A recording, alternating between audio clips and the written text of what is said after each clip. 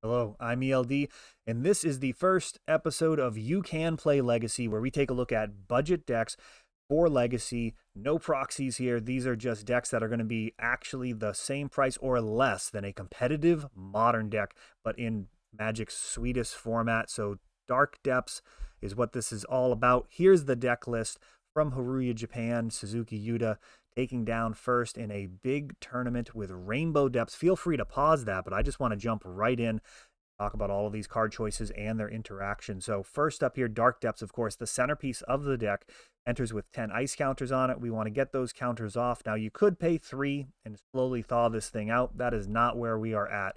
We are going to be removing those counters with a Thespian Stage or Vampire Hexmage. Once we do, you're going to get a 2020 Avatar token with flying and indestructible. We'll talk a little bit about some of the nuance there later on, but Thespian Stage, as mentioned, is going to be the uncounterable way of doing this. So if your opponent draws a hand full of Force of Wills and you just have Dark Depths and Thespian Stage, you don't even have to necessarily use any spells to win the game. You can just make a 20/20 with your mana base, which is absolutely bonkers. Pay 2, tap this, become a copy of Dark Depths. Of course, the Thespian Stage has no counters on it. That's something that enters the battlefield with the Dark Depths. The Thespian Stage is already on the battlefield, so it just becomes a Dark Depths with no counters. Now, there is the Legend rule, meaning that you have to sacrifice the original Dark Depths with those counters to the Legend rule. Then the Thespian Stage, a Dark Depths with no counters, and it sacrifice, you'll get a 20/20 and likely win the game.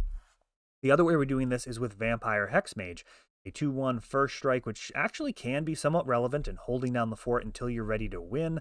But hopefully we're doing this super fast, getting this out, sacrificing to remove all of those counters, getting our 20/20. As far as acceleration, we got to go fast with this deck. You are not keeping hands that are going to make a turn 4 20/20. That means they're not going to be dead until at least turn 5. That is way too slow for this type of deck. You don't have counter magic. You don't have really a way of holding down the fort, and many decks will either outrace you or just straight up combo you out if you actually give them that much time. So Urborg in this deck is actually acceleration, allowing your Dark Depths to tap for mana. So you can go turn 1 Urborg, make a play, turn 2, tap the Dark Depths and an Urborg to cast your Vampire Hexmage. A turn 2 20/20 is kind of where we want to be. Lotus Petal also helps with the acceleration in casting Vampire Hexmage or activating our Thespian Stage. The trickiest one, Elvish Spirit Guide. This one you exile from your hand to get the green mana, which can create surprise Merit Lages, particularly devastating if your opponent taps out in those first couple of turns for a Planeswalker or something, and then you can just boom, make a 20/20 and KO them while the shields are down. Pulling the combo together, of course, we don't want to just rely on that mulligan step to get everything in our opening hand. We want to have some tutors in the deck as well, give us a wider range of keepable hands, and of course, better top decks. Crop rotation, very good, finding either piece of the combo, as well as some utility cards that we'll talk about later on, and Sylvan Scrying at 2 mana. There is also a Into the North sorcery that finds a snowland. Just note that the Dark Depth is a snowland, and that one actually puts it onto the battlefield. That's not the build we're looking at here because our mana base is actually 5 color, which gives us a lot of advantages in the sideboard as well. The biggest problem for this deck is Wasteland. The reason for that is because a smart opponent who understands how this combo works will actually interrupt in the most devastating fashion. So once you have your Dark Depths and your Thespian Stage, they will allow you to make a copy. They will allow the Legend rule to resolve. And then with the state trigger on the stack to sacrifice the Thespian Stage that is now a copy of Dark Depths, then they will Wasteland. So at that point, you've already lost your Dark Depths. Now you're losing your Thespian Stage. So you have nothing. You don't get to sacrifice it to the effect, which means you don't get the 20/20. And it is a brutal 2-for-1 that's hard to recover from because you need those land drops. So even if you had 2 pieces in your hand, you'd still need 2 turns to play those land drops as well. So it's an absolute blowout. Wasteland is a huge problem for this deck. We gotta have ways to stop it or interact with it. And Pithing Needle is the straightforward version. Just play it, name Wasteland, and go on to combo as though they don't even play Wasteland. Now, the rest of their hand could be a problem, and we've got a ton of discard for that. Of course, starting out with a playset of Thoughtseize, it's the best discard spell. That 2 life, not super concerning in a deck that's trying to go so fast. Generally, you're not really worried about that.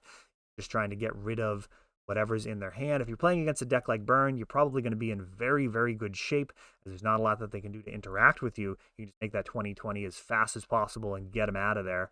Duress and Inquisition of Kozilek also seeing play in here in a 2-2 split in this particular list, though you can kind of play around with these type of configurations. That is not set in stone. If your metagame Inquisition proves to not really be particularly strong, you could certainly go up on the number of duresses, though 8 discard in general is going to give you the ability to consistently disrupt your opponent's hand and slow them down. Remember, in a race, you just got to cross the finish line first. It doesn't matter if you're sprinting the whole time or if you take a moment to shove your opponent to the ground. As long as you get over that finish line first, that's all that matters here. To protect the Merit Lage once you get it, we actually have additional tools. Tajiri's Step is a great card here, giving protection in instant speed. If you have crop rotation, you can go ahead and get Tajiri's Step in response to removal, or you can just tutor this card up and play it using your land drop return to make your Merit Lage potentially unblockable if your opponent has something like a Baleful Strix that you just need to get by for 1 turn. Remember, it doesn't have trample, so you do need to clear the way in some fashion. Out of This World also in this list. Now, this card, I mean, it's fine. Like, the list did well. It's not particularly my style. It's going to counter a spell or ability. So Karakas is also a good answer to this deck. This does a lot. It's free. Can't really bash free spells. The deck really is all in on the Merit Lage plan. So this card is not terrible. It's just not necessarily where I personally like to be. I do like Tajiri's Step a lot. It has a ton of utility, and it makes your crop rotations even better. But this may be a necessary evil. Fling is a new innovation, which people are playing in some quantities. Very interesting card. And the logic here is if your opponent has an answer to your 20/20, you can just respond with Fling. Now, if the shields are down, you know they're not playing counters, and they have no interaction because you've thought seized, then you can just Fling and end the game on the spot, potentially a full turn earlier than attacking with Merit Lage.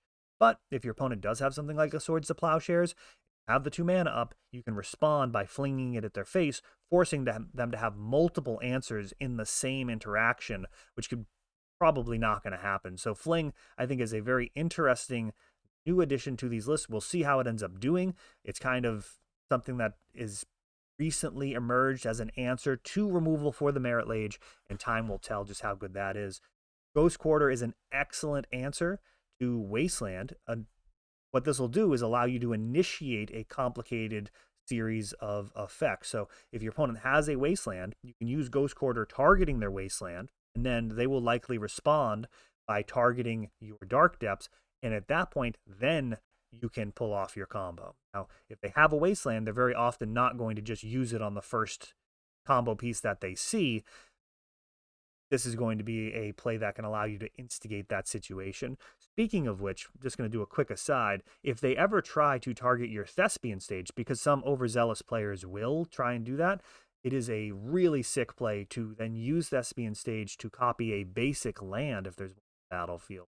In which case, Wasteland ability resolves, it'll be targeting a basic land, so it'll be countered on resolution. That's one of my favorite plays with this deck. Rarely comes up, but man, is that a gotcha moment when that happens. And of course, the rest of the mana base here, called Rainbow Depths for a reason, and it is this 5-color mana base, allowing us to play pretty much whatever we want in the sideboard. City of Brass, since day one, well, since Arabian Nights, since the first year of Magic, providing a ton of mana fixing. Gemstone Mine and Mana Confluence, kind of a fixed City of Brass. Absolutely versatile, all of them. The Gemstone Mine, the worst of the bunch, even though it doesn't hurt you, it may look like it's the better. Sometimes you need multiple activations and you end up running out, and that can be a problem, particularly when we're talking about using crop rotation. You really want that land to be there to sacrifice. Bojuka Bog in the sideboard, so that's the whole main deck. Bojuka Bog, I actually like as a single copy in the main deck. I find that that really changes the Reanimator matchup and strategies that actually utilize the graveyard. Being able to find this just takes you from having no graveyard answers to like 5 graveyard answers, because you have the Bojuka Bog plus the crop rotations and potentially even those Sylvan Scryings. I mean, you really have a lot of access to your cards to your lands in this deck. So Bojuka Bog, excellent sideboard card, possibly good enough for the main deck as well. Steely Resolve is in this list. Don't particularly love this card. I actually like Sylvan Safekeeper a bit more, but Steely Resolve is going to give your Merit-Laden Shroud, which can help in matchups where they just have answer after answer after answer. For example, Death and Taxes could be tough, where they have Swords to Plowshares and Flicker Wisp and Caracas. I mean, just so many things can handle that Merit-Laden in that matchup that something like Steely Resolve can be a nice over-the-top answer, though... I mean, it's not really where I want to be. I think Sylvan Safekeeper tends to be a little bit better. I do respect this list, though, and this is likely due to the fact that Gemstone Mine can have a nasty habit of going away when you need it for something like Sylvan Safekeeper. So that may be the reason for that concession. This does cost one less mana, but the Steely Resolve does stick around. Surgical Extraction also in this list sideboard. This whole sideboard is going to be kind of seasoned to taste whatever you actually need for your local metagame. Once you get in there and start playing Legacy, you're going to find matchups that you're having a tough time against, and you can sideboard accordingly, especially with this mana base. It's so versatile. You can play whatever colors you want. Surgical, of course, typically not paying any mana. If you need to play black, you can, but for the most part, this is free. You just disrupt the best graveyard strategies. Flusterstorm is an absolute haymaker of a card and a real selling point for why to run a 5-color mana base as opposed to the traditional Bayou dual land builds. This is just a brutal card. I mean, there's a lot of decks that are going to be cold to a Flusterstorm, especially if they don't anticipate it. What an absolute blowout this can be versus Storm and some of the other strategies in the metagame. Force of Vigor, another haymaker card, blowing up 2 artifacts or enchantments. This card is vintage strong. I mean, it is so powerful. I'm actually like chronically out of this card in the shop. As soon as I get people selling them, they're pretty much always right out the door. This card is absolutely phenomenal and finally has a price tag that actually matches the power level of the card. This was grossly underpriced for so long, and I was just not getting in any of them because who wanted to sell a Force of Vigor for like $5 or whatever the buy list price was? It was absolutely comically underpriced when Modern Horizons 2 was getting cracked. And then, of course, Veil of Summer, one of my favorite Magic cards. Well, it's one of the most powerful Magic cards. I actually don't know how I feel about the card in general. I don't generally care how I feel. I just know that it wins. This card is absolutely brutal, stopping things like Hymn to Torok and Thoughtseize versus something like Reanimator or Storm. This can be absolutely hellacious. A Storm deck often can't kill you if you Veil of Summer in response to their first discard spell. Not only is the discard spell stopped, but they also can't Tendrils you that turn. So if they don't have access to Grape Shot in the sideboard, you might just be straight up time walking them. And if you have multiple Veils, you might be able to do that a couple of turns in a row and even assemble a slower than normal Merit-Laden just because of the power of Veil of Summer keeping you alive. So that is Rainbow Depths. It is a very powerful deck, a ton of fun to play. We talked about a couple of interesting interactions, how state triggers work. I'll do one more for you. State triggers will not trigger again until, as long as there's a copy of the state trigger on the stack. So that Merit-Laden creation trigger, when your Dark Depth has 0 counters, there's a state trigger. And what that means is it won't trigger again as long as that trigger is on the stack. So if your opponent has a Stifle, they can use it very wrong. They can actually stifle the trigger to make a 20/20. Problem is, Dark Depths is still on the battlefield. It still has 0 counters. So once their Stifle resolves, the state trigger just triggers again, and you're going to end up with a 20/20. That is a painful lesson for people to learn. They need to be careful how they ask that question of the judge, as you're just going to end up with a 20/20 anyway. Stifle not super good versus this deck. It generally just delays the inevitable, which is you smashing face with a 20/20 and having a ton of fun. Let me know what you guys think about this series and what I can do to help more people get into Legacy. This has been a lot of fun. I'm ELD. Peace.